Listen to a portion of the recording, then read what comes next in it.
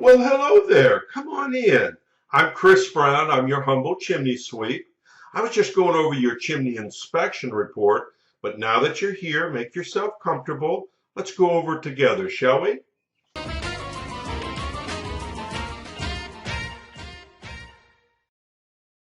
Okay, now let's take a look at the inspection report and see how it reads out.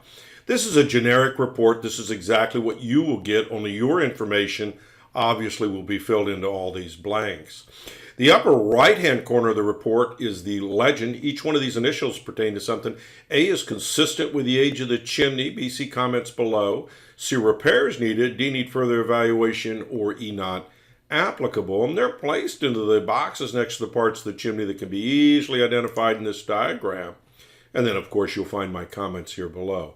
Now, let's take a look at your personal report. So stay with me. Hey Meg, it was great to see you out at the house today.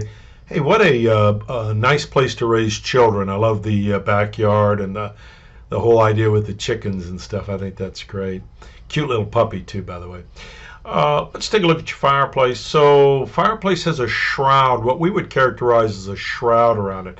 Your grandfather probably had built this to kind of picture frame this. In other words, this fireplace is a standard size opening and requires a standard size flue to operate correctly and to be up to code, by the way.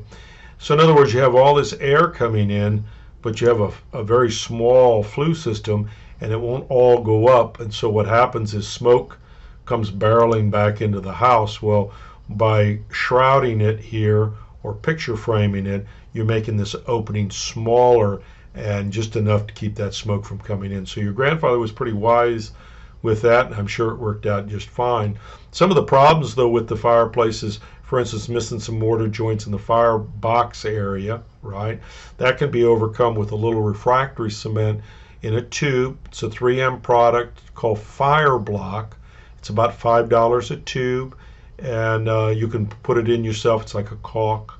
I wouldn't worry so much about the floor of the firebox because there's concrete underneath there, so it's almost just a non-issue.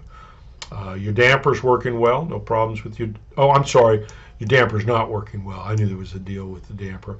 I had a little piece of wire in here to hold it open just so I could get a shot of it, but the handle itself doesn't work. So what your grandfather was doing is he had it dropped off. He'd flip it all the way back when he had a fire, flip it all the way closed when he wasn't using it.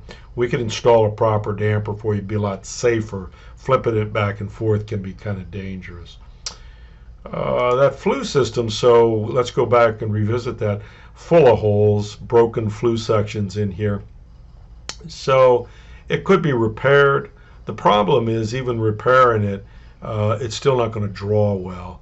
I mean, I guess it will if you keep the shroud up. So we could repair it, and I think I've given you a price. Let's see if I gave you a price on doing that. I did. That's a standard price. For fixing the flue system, we would just pull a slip form up through here and fill all these areas up with refractory cement. So that could be done. Some of the alternatives would be vent-free propane gas logs. That would be a good alternative. You can get a propane tank dropped out there. Or a wood stove. Problem with the wood stove is getting a pipe down here to hook to the direct connect to the wood stove. I'm not sure that you have enough capacity in here, which means the old liner would have to be busted out, this whole liner system, and that would be kind of expensive. The other thing is a pellet stove. It uses a 4-inch aluminum liner kit, and it would fit down here with no problem whatsoever. You can buy them online, Amazon, also Tractor and Supply. If they don't have them now, they're going to get them soon, and they sell the pellets, and that's do a little YouTubing on that, and you get some ideas how that works, and it's probably a pretty good alternative. Up on top, you can see that these bricks, water's getting down in here. There should be a concrete crown up here. It's completely washed away. Here's a better view of it. Need some repairs up here. I've given you a price on doing that. Chimney caps are the least of your problems. You need to fix this really before you put a cap up there.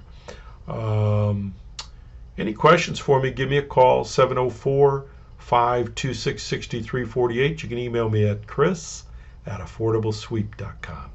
Thank you.